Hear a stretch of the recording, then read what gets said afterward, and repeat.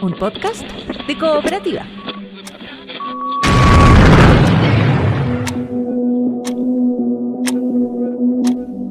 Fue terrible porque nosotros estábamos en Villa Crespo y el general Plata estaba viviendo ahí, trabajaba él y me entero que ocurre este asesinato y fuimos a mirar y el auto todavía estaba calcinado. Y empiezo yo a hacer unos reemplazos en la cooperativa en diciembre y ahí me invitan o me piden que pueda leer las noticias. Yo leí las noticias y enfrentando a un clima hostil de la dictadura. Eso es parte de la historia. Historias de Radio con Sergio Campos.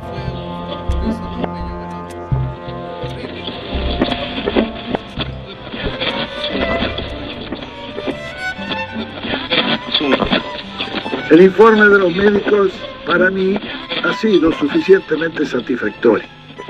Dice así que la actividad futura... 1974 fue un año que quedó grabado en la historia de la Argentina contemporánea.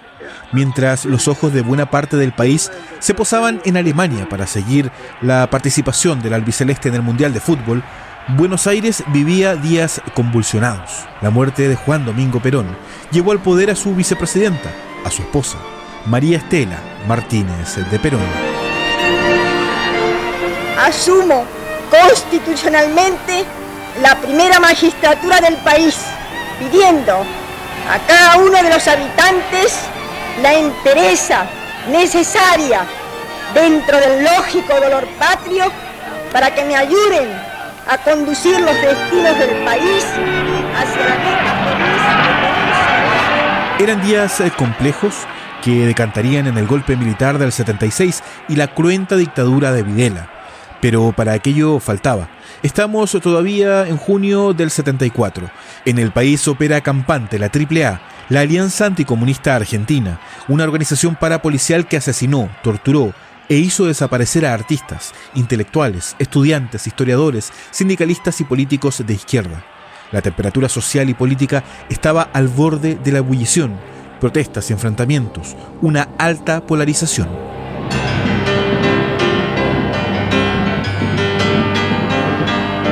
Mientras tanto, en Chile, la Junta Militar ya está por cumplir un año en el poder. La represión y los crímenes de la dictadura ya son conocidos, aunque muchos velan porque no sea así. Madres, padres, abuelas, hermanos, miles de personas peregrinan buscando a los suyos. La detención, los allanamientos ilegales y la desaparición forzada ya son prácticas habituales de la DINA. En funciones desde noviembre del 73, en junio del 74, se crea formalmente a través de un decreto. Para entonces su plan represivo ya está en pleno desarrollo, bajo la dirección de Manuel Contreras. ¿Dónde están esas personas? Muertos. Murieron en combates. Todos. ¿No fueron lanzados al mar como reconocieron? Hubo gente lanzada al mar por las Fuerzas Armadas. Fue en ese mismo mes de junio del 74 cuando Sergio Campos decidió abandonar Chile. Lo que ocurre es lo siguiente, que ya a esa altura la situación se había puesto demasiado tensa porque nosotros habíamos armado un programa del deporte en la radio Bulnes. Al poco andar, esta radio que era comandada por Carabineros de Chile, nos identifican a todos como marxistas, ¿no? Y se termina la transmisión del deporte y nos quedamos sin espacio. Entonces ya se estaban, digamos, cercando además los espacios porque la DINA estaba emergiendo. Y ahí yo supe por interpósitas personas de que a nosotros en algún momento nos iban a detener porque ya habían hecho el cruce entre mis servicios como profesor de la Escuela Consolidada, dirigente del SUT, el Sindicato Único de Trabajadores de Educación. Y además, aparte de yo trabajar en la Radio Corporación, era presidente del Sindicato de los Trabajadores de Radio Corporación. Durante los 3 años y medio tuve esa responsabilidad elegido por mis compañeros. O sea, la situación era tremendamente compleja y por eso me voy a Argentina buscando un destino que no sabía qué puerto final iba a tener, digamos. Pero llegué a la casa de una amiga de otra persona y que me acogió en su casa y ahí me quedé. Bueno, y en un momento determinado se reúne un grupo grande de gente y dicen, bueno, resulta que se está organizando una transmisión desde Mendoza hacia Chile, porque la gente en Chile está preparada. Yo le digo, no hay nadie preparado.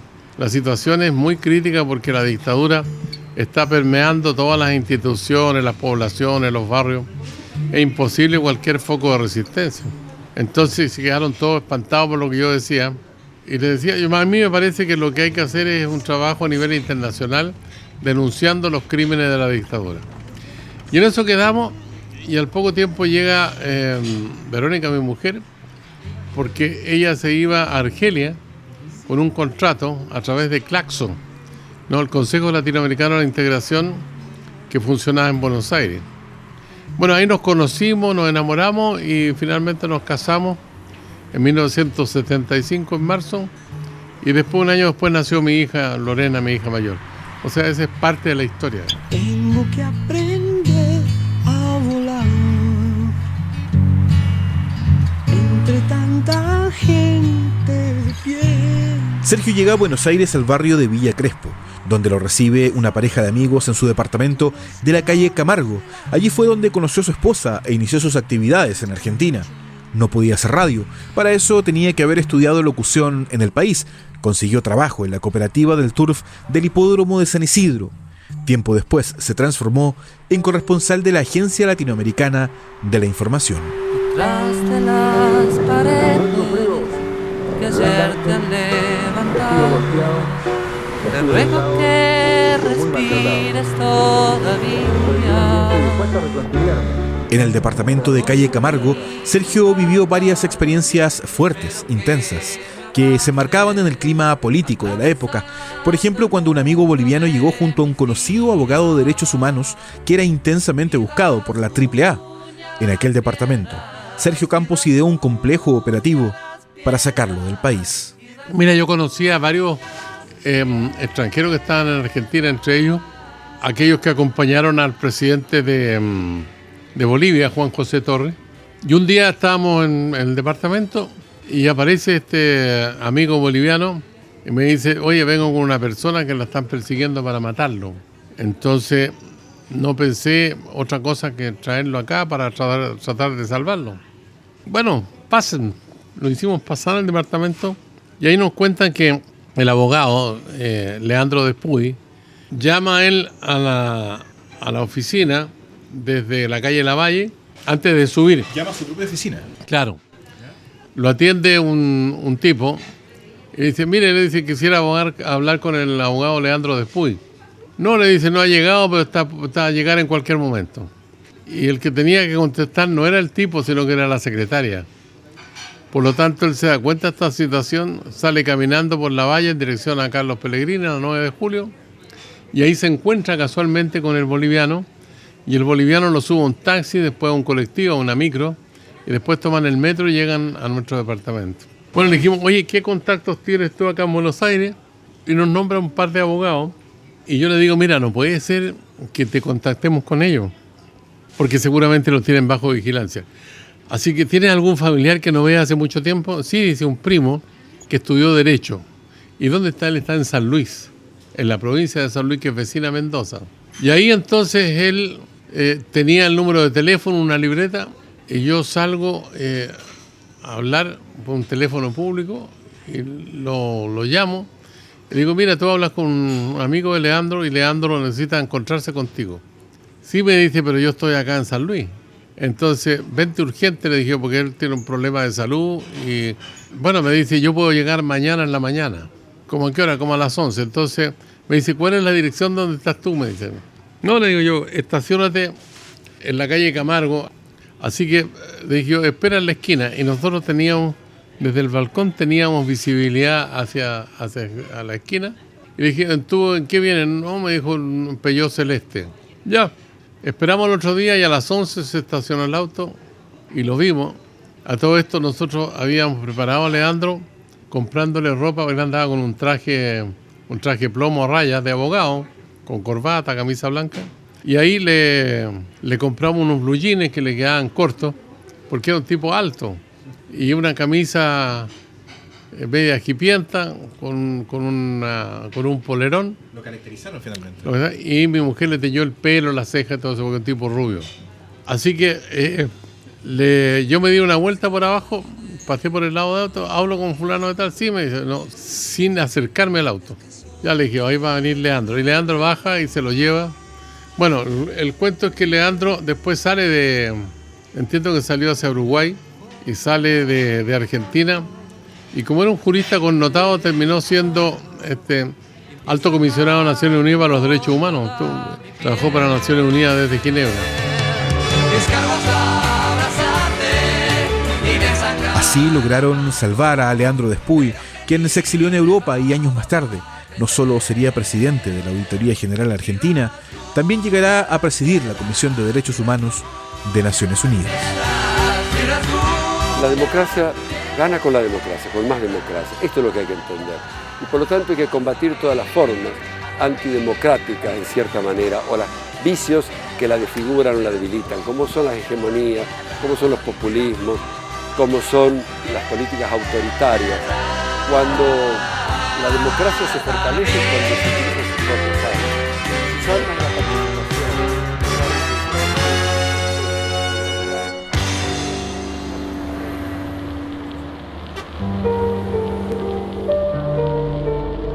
La muerte trágica del general Schneider, casi al cumplir 40 años de servicios en el ejército, ha consternado a las Fuerzas Armadas. Un par de meses después de su llegada a Argentina, Sergio se enteró con horror como a cuadras de su departamento la DINA asesinaba con una bomba al general Carlos Prats y a su esposa, Sofía Cuthbert.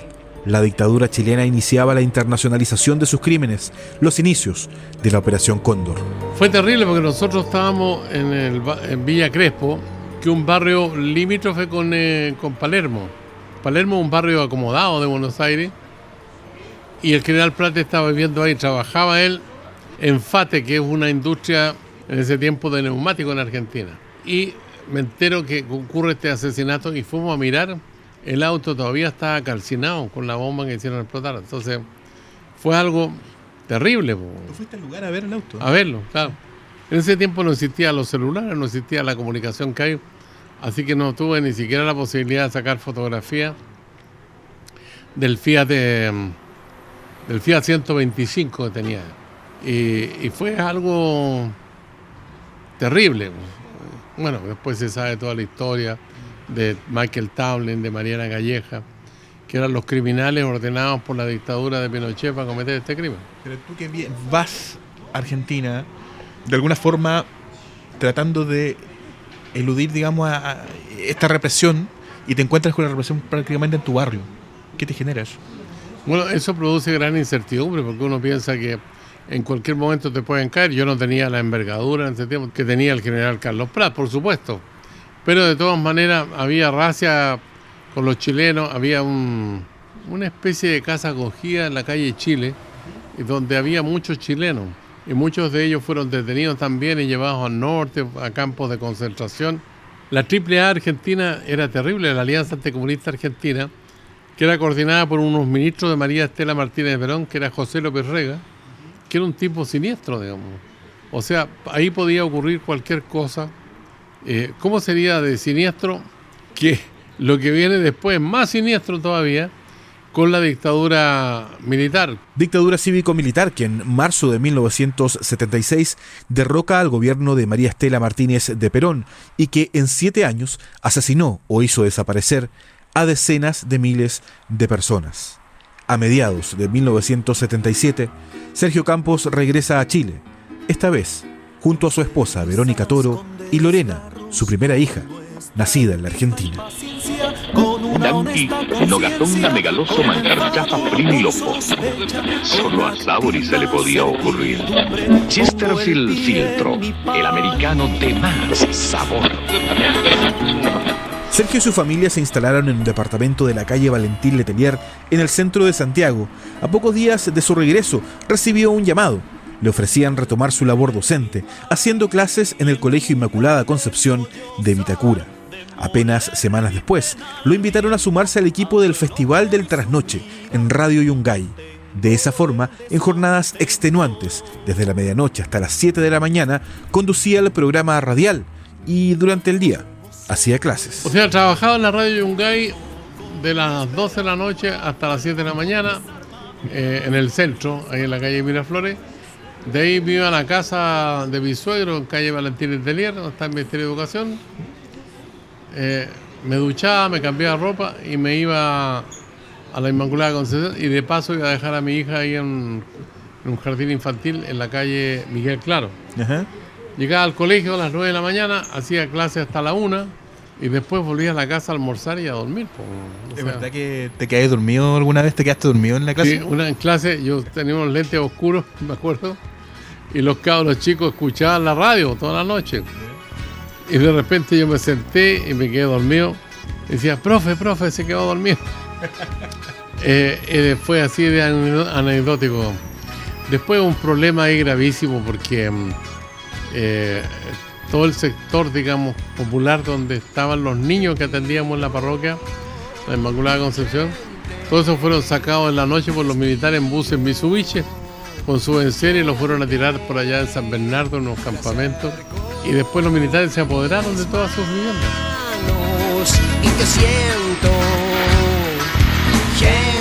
En el Festival del Trasnoche de Radio Yungay, Sergio participaba de un programa con un fuerte compromiso social. Se hacían reportajes en poblaciones, revelando las carencias que sufrían miles de chilenos y realidades, como por ejemplo la de los comedores infantiles. Eso despertó el interés de la radio chilena, que 2 meses después, en noviembre del 77, contrató al equipo para que hicieran el mismo programa, esta vez, claro, en la radio chilena. Pero fue poco tiempo, ahí estuvo como 2 meses, y empiezo yo a hacer unos reemplazos en la cooperativa en diciembre. En diciembre, y hago todo el verano ahí, el verano Soprole, que era ir a las piscinas, a Belmont primero y Soprole después. Bueno, y toda esa situación finalmente me llevó ya en marzo a trabajar en la radio a honorario, y ahí me invitan o me piden que pueda leer las noticias. Yo leí las noticias y ya el 1 de abril del 78 me contratan. Estuve contratado desde esa fecha hasta el día que me fui, 47 años.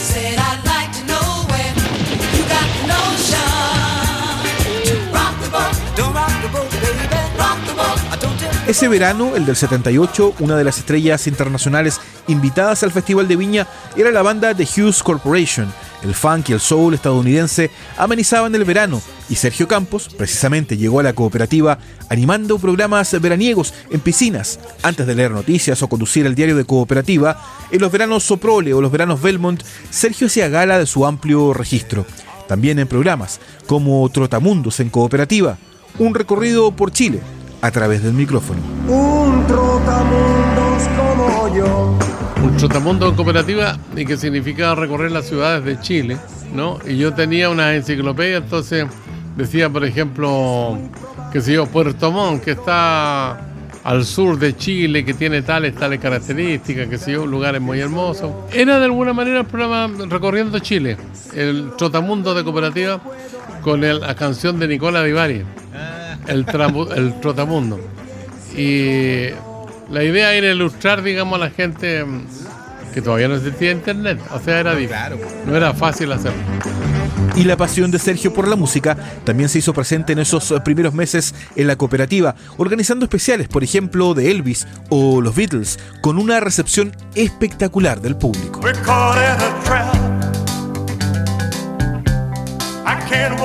que fue el primer aniversario de la muerte de Elvis Presley, y decidimos hacer con Mariano Pérez un programa de media hora.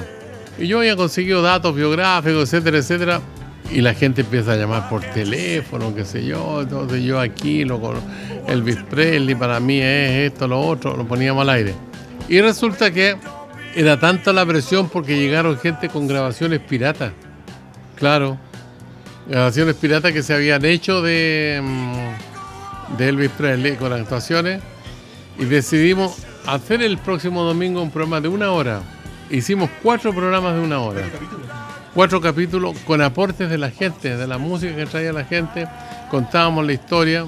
Y me acuerdo que para el caso de los Beatles también hicimos un programa, no me acuerdo qué aniversario era, Y resulta que la radio cooperativa tenía una cinta, eran 30 cintas de media hora cada una, que se llamaba La Historia del Pop. Y yo empecé a revisar las cintas y a sacar cuñas, ¿no? De cómo contaba, por ejemplo, el que administraba, cómo fueron armando, digamos, toda la gira y todo eso estaba traducido al español. Así que sacamos cuñas, hicimos 4 programas también de los videos.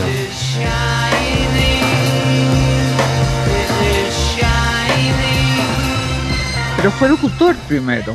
Claro, hacía cosas livianas, ¿no? Y de ahí entonces el que conducía el diario era Arturo Navarro. Pronto el diario de Cooperativa llamaría a la puerta de Sergio Campos, un noticiario creado en 1976 bajo el alero de Delia Vergara, también fundadora de la revista Paula y Premio Nacional de Periodismo 2025.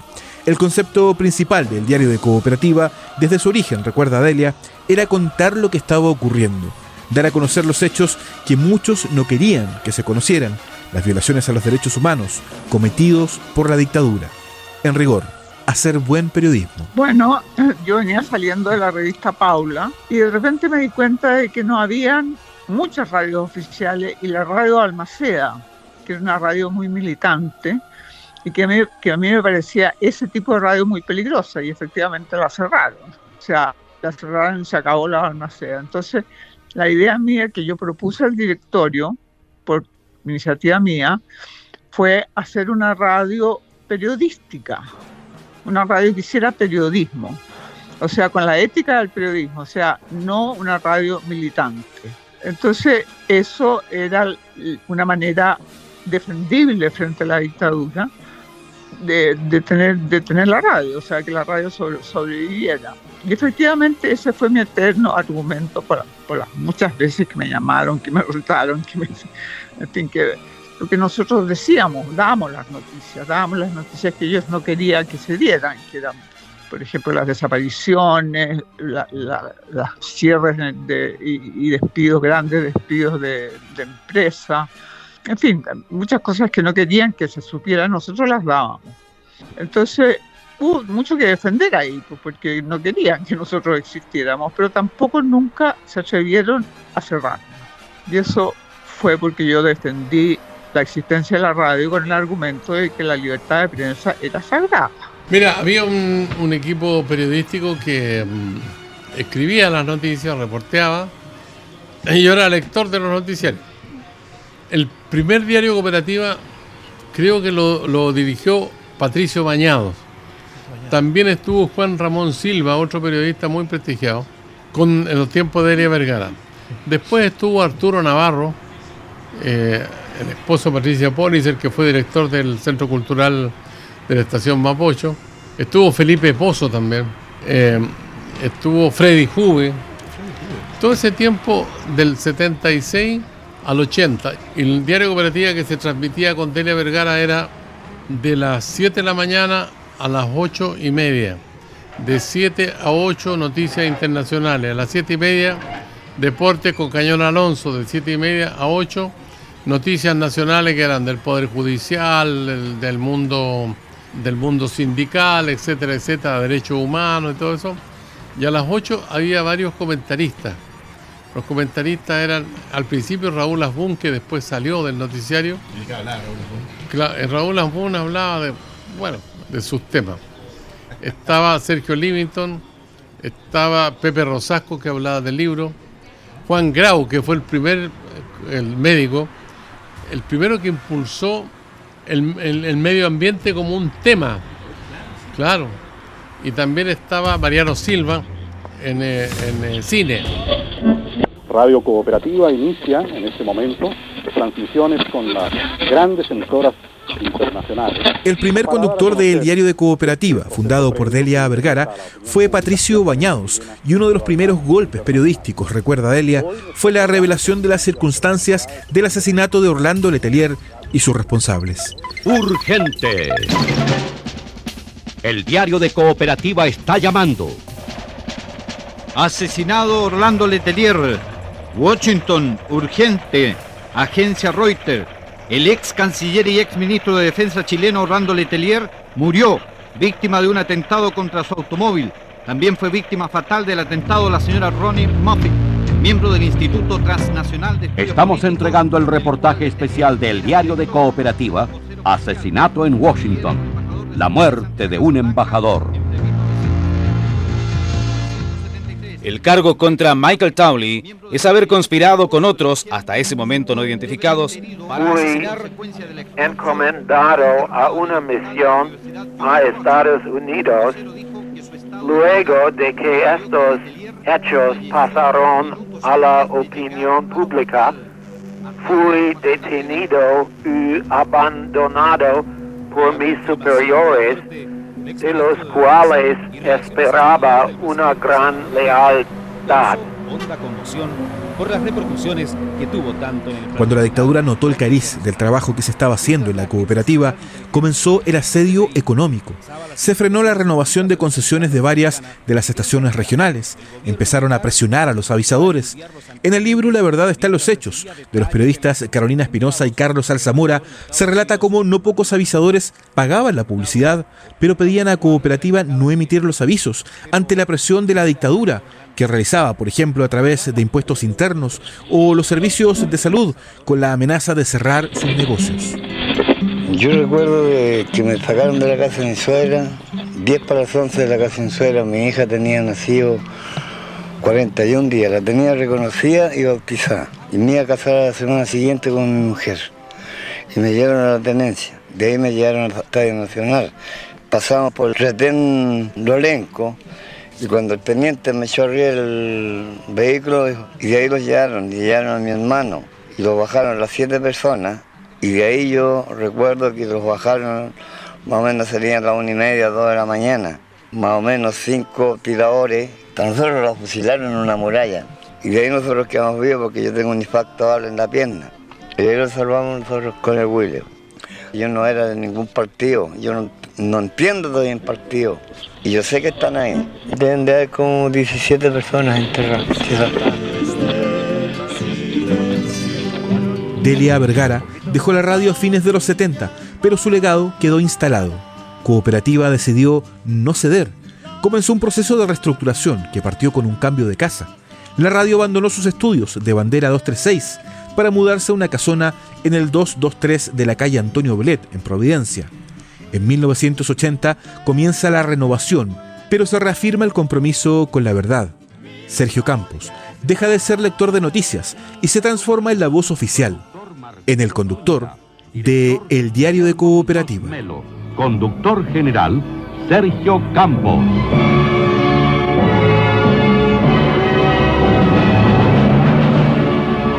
Buenos días, las 6 de la mañana, 3 minutos en Chile. Principales informaciones. Y en el 80 llega Luis Ajenjo como gerente general de la radio cooperativa, y con él aparece Ernesto Merino, que Ernesto Merino había sido publicista y periodista de la Universidad de Chile. Y Ernesto articula una nueva estructura del formato de la radio cooperativa. Él le da una nueva forma al diario cooperativa y se decide hacer el diario cooperativa de 6 a 8:30, de 1 a 3, que se llamaba Música al ritmo de la noticia, y de 6 a 8, Música al ritmo de la noticia. El primer conductor del diario cooperativa fue Jaime Moreno Laval. Pero ya casi al año, Jaime Moreno lo llaman de la radio chilena para que asuma como director de prensa. Se va Jaime Moreno y me ofrecen a mí la conducción del diario cooperativa. Y ahí empecé yo el 81 a conducir el diario cooperativa. Así que empieza una nueva era para mí y que me significó un trabajo enorme, porque yo conducía el diario cooperativa de 6 a 8:30, después de 1 a 3, música al ritmo, y después de 6 a 8 de la tarde. O sea, prácticamente la radio para mí era una obligación permanente durante todo el día. Y a las 8:30 de la mañana, yo siempre me pasaba de las 8:30. Y Marcelo Zúñiga, que era el director de programa, bueno, llegó un día y me dijo, no me seguir pasándote, porque esta cuestión es un desorden. Entonces me dice, lo vamos a hacer hasta las 9 de la mañana. Pero no se puede pasar ni un minuto a las 9 de la mañana. Espérate, el diario cooperativo hoy día dura hasta las 9 de la mañana porque tú te pasabas de hora, ¿eh? Claro. Y resulta que, fue ocurriendo toda esta situación que para mí fue un compromiso enorme. Yo me la empecé a jugar, digamos, por cada una de las temáticas que había, ¿no? Y enfrentando a un clima hostil de la dictadura. Eso es parte de la historia.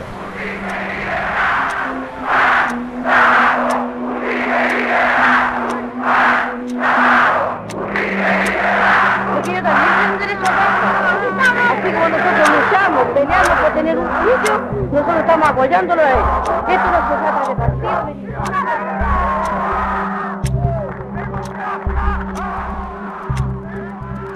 Historias de Radio con Sergio Campos. En el próximo capítulo, una voz emblemática ante el horror de la dictadura. Dolor, estupor e indignación son los sentimientos que manifiestan los ANEP diversos estima sectores que no laborales existe del país. voluntad de encontrar a los culpables del asesinato de Tucapel Jiménez. El caso de Lonquén es un ejemplo dramático de tantos en que se muestra la difícil lucha de la verdad. Miles de chilenos comenzarán luego, a partir de las 9 horas, a ingresar a la Catedral Metropolitana para rendir su último homenaje al fallecido exmandatario. Claro, Frei Montalva, cuando murió, era una cosa bien compleja, digamos, porque resulta que a mí me llama General Arriagada de Lucho Ajenjo y me dice, oye, queremos pedirte algo, que tú puedas conducir el acto en la Avenida La Paz. Y me acuerdo que llegamos allá a la Avenida La Paz, que estaba repleta de gente, qué sé yo, con bandera y todo eso. Y había unos tipos que estaban con chaqueta y corbata y tenían un bulto al lado. Eran los agentes de la CNI que estaban ahí. Pero finalmente se hizo el acto. Cuando yo llegué, como a las 7:20, 7:30, dije, pero ¿dónde está Andrés? ¿Dónde está Andrés? Y nadie sabía. Subí al piso, al primer piso, y ahí lo encontré. Al conocerse la noticia del triple secuestro y homicidio.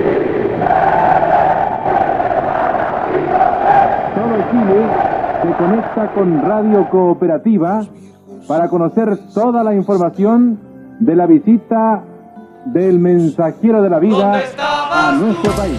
Así va evolucionando este día electoral en nuestro país y se van conociendo antecedentes acerca del proceso plebiscitario. El comandante en jefe de la FACH, general Fernando Matei, reconoció el triunfo del no. La afirmación la formuló: Chile se ilumina con el sol de la nueva primavera. El pueblo de Chile ha dado un ejemplo al mundo de lo que es capaz de hacer. Remover a un dictador del poder por el voto popular en las urnas. Historias de Radio con Sergio Campos. Chile quiere democracia.